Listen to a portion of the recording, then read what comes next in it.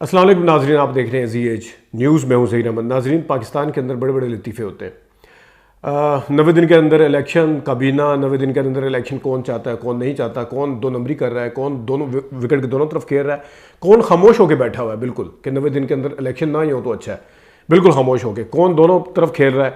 और जो आइन तोड़ने की बातें हैं और आइन के ऊपर किस एंकर ने, किस साफ़ी ने आज कहा है कि सिर्फ इमरान खान को बाहर रखने के लिए सारे दाव खेले जा रहे हैं, दाव पेच खेले जा रहे हैं, इसके ऊपर बात करेंगे। और दो तीन अहम इशू हैं। यूनिवर्सिटी में ये जो भी शहबाज शरीफ साहब ने जाते जाते यूनिवर्सिटियों के इफ्तिताह किए हैं, इसमें कितनी रिश्वतें मिली हैं, क्या हुआ, किस अहम बंदे ने कहा है, और नवाज शरीफ साहब का आना इतना आसान नहीं है, ये किसने कहा है, और ये उनकी अपनी पार्टी के बंदे ने कहा है। और उसके साथ साथ राना सनाउल्लाह का जो बयान है कि उनका वापसी का ज़ीरो रिस्क हो चुका है, वहाँ से भी गारंटी मिल चुकी है, वहाँ से भी गारंटी मिल चुकी है। शुरू हम राना सनाउल्लाह साहब से ही करते हैं, उसके बाद बाकी इश्यूज़ पे आते हैं। राना सनाउल्लाह साहब ने एक प्रोग्राम में कहा कि गारंटी मिल चुकी है वापसी की और ज़ीरो रिस्क हो चुका है, वहाँ से भी गारंटी मिल चुकी है। और जहाँ से उन्होंने गारंटी लिया वो कहते हैं कि इस्टेब्लिशमेंट खुद भी अब सियासत से दूर रहना चाहती है। अंदाज़ा करें कि गारंटियाँ भी वो दे रहे हैं, इजाज़त भी वही दे रहे हैं, क्लियरेंस भी बकौल राना साहब के वो दे रहे हैं, और बकौल राना साहब के वो सियासत से दूर भी रहना चाहते हैं। अगर सियासत से दूर रहना चाहते हैं, वो कह देते हैं लेना देना हमारा कुछ नहीं है, आना आए, नहीं आना ना आए, बाहर बैठते हैं बाहर बैठे, इधर आना इधर आए, हमारा लेना देना नहीं, हम सियासत से दूर हैं। एक तरफ इजाज़तें भी मिल रही हैं, एक तरफ वो इजाज़तें भी उन्हीं से ले रहे हैं। एक तरफ राना सनाउल्लाह साहब का लीडर जो है वो उन कहते हुए नहीं थकते थे कि 70 सालों से यही कुछ हो रहा है, इन्होंने ये किया हुआ, कितने वज़ीर आज़म उतार दिया, आप हो कौन भाई, अपना काम करो जाके, ये कहते होते थे इस्टेब्लिशमेंट को। लेकिन अब गारंटियाँ उन्हीं से मिल रहे हैं जिनके खिलाफ वोट को इज़्ज़त दो का नारा लगाया था। गारंटियाँ उन्हीं से ले रहे हैं जिनके खिलाफ कहा था कि मैं जहाद करने के लिए निकला हूँ, इनकलाबी हो गया हूँ। गारंटियाँ उन्हीं से ले रहे हैं जिनके खिलाफ कहा था कि मैं शेख मुजीब को इस नहज तक पहुँचाया गया था और भुट्टो के साथ ये किया गया था। गारंटियाँ उन्हीं से ले रहे हैं जिनके खिलाफ नारा बुलंद किया था उन्होंने, और बड़े फ़ख्र से कह रहे हैं कि गारंटी उस तरफ से मिल चुकी है। ये है हमारी सियासत का हाल और ये है हमारे लीडर्स का हाल। ज़ीरो रिस्क की बात कर रहे हैं ख्वाजा आसिफ साहब और राना सनाउल्लाह साहब, जबकि शाहिद खाकान अब्बासी साहब ने आज भी एक प्रोग्राम में कहा कि इतना आसान नहीं है उनका वापस आना, उनको फेस करना पड़ेगा, उनकी वापसी इतनी आसानी के साथ नहीं है हो सकती। दूसरे टॉपिक पे जाने से पहले मैं आपको एक और चीज़ बता दूं कि शाहिद खाकानी अब्बासी साहब ने ही कहा है, जिनके अपने वज़ीर आज़म साहब मतलब अपनी पार्टी के थे, सदर थे पार्टी के, शहबाज शरीफ साहब, जाते जाते यूनिवर्सिटीज़, पता नहीं कितनी यूनिवर्सिटीज़ के उन्होंने इफ्तिताह किया, और उन यूनिवर्सिटी वालों ने पता नहीं कितनी किकबैक्स या प्रॉफिट या रिश्वत जो भी उसे आप कहेंगे वो दिए हैं। ये और कोई नहीं कह रहा, ये ख़ुद शाहिद खाकान अब्बासी साहब कह रहे। अब आते हैं 90 दिन के अंदर इलेक्शन में। 90 दिन के अंदर इलेक्शन में पीपल्स पार्टी फैसल करीम कुंडी और रज़ा रब्बानी सब कहते हैं कि 90 दिन के अंदर इलेक्शन करवाए जाएं, जबकि उनके वज़ीर आला, साबिक वज़ीर आला खुद CCI में जाके बात करते हैं कि नई मरदमशुमारी के मुताबिक इलेक्शन होना चाहिए। अब किसकी बात मानी जाए, लेकिन चले विकेट के दोनों तरफ भी खेल रहे हैं, खेल तो रहे हैं, बयानात तो आ रहे हैं।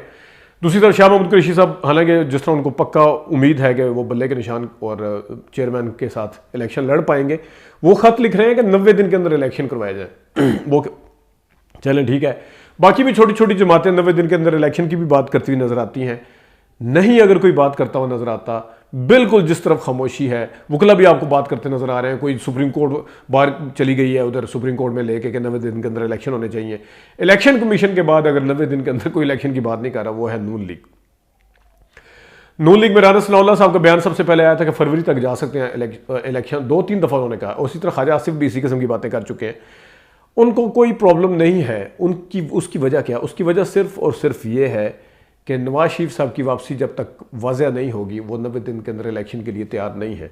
नून लीग चाहती है कि इलेक्शन में कैंपेन आके वो करें, और नवाज शरीफ साहब चाहते हैं कि मेरे से माफ़िया मांगी जाए, पता नहीं मैं लाडला हूँ सबका, मुझे मिन्नत तो तरला करके वापस बुलाया जाए।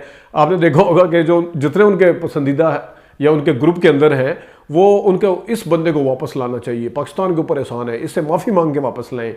मतलब है वो कन्विक्शन साइड पे, वो फ्लैट साइड पे, वो करप्शन के इल्ज़ामात साइड पे, वो आप उनके मिन्नतें तरले करके वापस लें। ये है जनाब साहब हमारी सियासत, और इसका जो रुख आप देख रहे हैं ये है। 90 दिन के अंदर इलेक्शन पे सुप्रीम कोर्ट बाहर भी चली गई है। इलेक्शन कमीशन जो है सबको पता है कि वो क्या कर रहा है। आज एक प्रोग्राम के अंदर शहजाद इकबाल साहब ने बताया। शहजाद इकबाल पे जाने से पहले मैं आपको नदीम मलिक साहब के हवाले से एक चीज़ बताऊं कि नदीम मलिक साहब ने आज राना सनाउल्लाह साहब से जब सवाल पूछा कि आप कहते हैं कि 2018 में इस्टेब्लिशमेंट के कंधे पे चढ़ के आए थे, ये बल्कि राना सनाउल्लाह साहब ने कहा, जिसके जवाब में नदीम मलिक ने कहा कि आप कहते हैं कि वो चढ़ के आए थे, ठीक है, उस टाइम मदद भी हुई होगी, उनकी पॉपुलैरिटी भी थी, आपकी भी थी, लेकिन ये आज कहने दीजिए, नदीम मलिक साहब कह रहे हैं कि मुझे कहने दीजिए राना साहब कि आज आपका बैलेट के ऊपर, वोट बैंक के ऊपर या पॉपुलैरिटी के हिसाब से इमरान खान आपसे बहुत आगे है। ये कहा है नदीम मलिक साहब ने। तो 90 दिन के इलेक्शन पे शाहजेब खानजादा के प्रोग्राम में हामिद मीर और शहजाद इकबाल थे। शहजाद इकबाल साहब ने कहा है कि अगर 90 दिन से आगे जाते हैं इलेक्शन तो इसकी जिम्मेदार सिर्फ और सिर्फ ECP नहीं है, इसकी जिम्मेदार जाने वाली हुकूमत भी है। वो तमाम ऐसे इकदाम करके गई है, जिस तरह मैंने पहले बताया कि नून लीग बिल्कुल खामोश है। उन्हें पता था कि हम किसी भी तरीके से इलेक्शन को डिले करें ताकि आगे से आगे जाते जाएं और फिर थोड़ी देर में अवाम भूल जाए। इमरान खान का भी कुछ एक हिसाब किताब निकल आएगा कि वो किधर हैं। अवाम ने, हमने जो 16 माह में तबाही और बर्बादी फैलाई है, जिस तरह जिसको खुद शाहिद खाकान अब्बासी साहब कहते हैं, वो भी लोग भूल जाएंगे। नवाज शरीफ साहब के लिए माहौल भी तैयार हो जाएगा, दिखाने के लिए, बेचने के लिए शहबाज शरीफ का चेहरा नहीं होगा बल्कि नवाज शरीफ का चेहरा होगा, ताकि वो जो 16 महीने शहबाज शरीफ को देख के किसी को याद ना आए। लेकिन शहजाद इकबाल ने कहा कि इसके दोनों जिम्मेदार हैं और ये कभी भी कोई भी इस चीज़ को बर्दाश्त नहीं करेगा। बल्कि हामिद मीर साहब ने जो इस हवाले से बात की, मैं आपको ज़रा बता देता हूँ। हामिद मीर साहब कहते हैं कि चीफ इलेक्शन कमीशन को किसने कहा है कि इलेक्शन आगे लेके जाए, उनका इशारा आपको पता ही है किस तरफ है। फिर उन्होंने कहा अगर सुप्रीम कोर्ट के जजेस खड़े हो गए तो वकला भी उनके साथ खड़े हो जाएंगे, और काजी फाइसा साहब ने अगर इस आइनी बहरान का हल ना तलाश किया तो उन्होंने कहा कि उनके साथी जज कम से कम उनके साथ खड़े हो जाएंगे कि इसका हल, जो आइनी बहरान आगे आ रहा है इसका हल, क्योंकि आइन का बहरान है। आयन, अगर एक आयन मरदमशुमारी का कहता है आयन की कोई एक आर्टिकल, तो दूसरा आर्टिकल कहता है कि 90 दिन के अंदर इलेक्शन होंगे। ये बहरान क्राइसिस है, कॉन्स्टिट्यूशनल क्राइसिस जो है। अगर ये हुआ तो बकौल हामिद मीर साहब के ये जज जो हैं खड़े होंगे, वकला भी खड़े होंगे, और उसके बाद फिर देख लीजिएगा कि क्या होता है। और हामिद मीर साहब ने कहा कि आयन तोड़ने वाला सिर्फ PTI की नफरत में सब कुछ कर रहा है।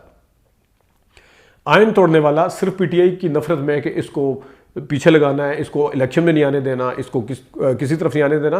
कोट एंड कोट उन्होंने आगे जाके कहा कि अगर बल्ले के निशान को बैलेट पेपर से हटाना चाहते हैं तो ये शिकस्त है, ये शिकस्त का एतराफ़ है। बड़े लोग मुल्क बचाते हैं, छोटे लोग मुल्क तोड़ते हैं, ये कहा है हामिद मीर साहब ने। और अब आते हैं कैबिनेट।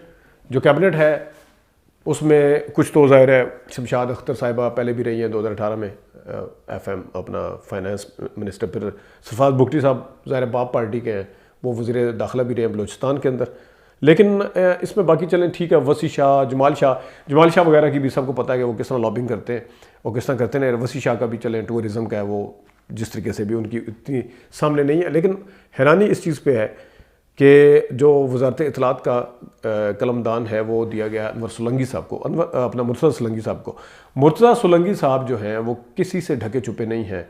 वो किस तरीके से बात करते हैं, वो किस तरीके से नून लीग की ज़ुबान बोलते हैं, किस तरीके से इस्टेब्लिशमेंट की ज़ुबान बोलते हैं, किस तरीके से अपोजिशन ख़ासतौर पर PTI को निशाना बनाते हैं और किस हद तक जाते हैं, वो आप उनके अपने जो प्रोग्राम्स में, दूसरों के प्रोग्राम में ऐसे गेस्ट आते हैं, जब वो खुद नया दौर में बैठते, नजम सेठी के साथ बैठते थे या रज़ा रूमी के साथ बैठते हैं, तो बिल्कुल आप वाज़ेह होकर देख सकते हैं सवाल की को रिफ्रेज करना, सवाल के अंदर ऑब्जेक्टिविटी क्या है, किसको टारगेट करना है, वो कितनी खूबसूरती से PTI को और दूसरे तरीके से कितनी खूबसूरती से PTI को टारगेट करते हैं। और नून लीग को उसमें से जैसे पानी के अंदर से फूल निकाला जाता है या कुछ ब्लेड निकाला जाता है, ऐसे वो निकाल के बाहर ले आते हैं।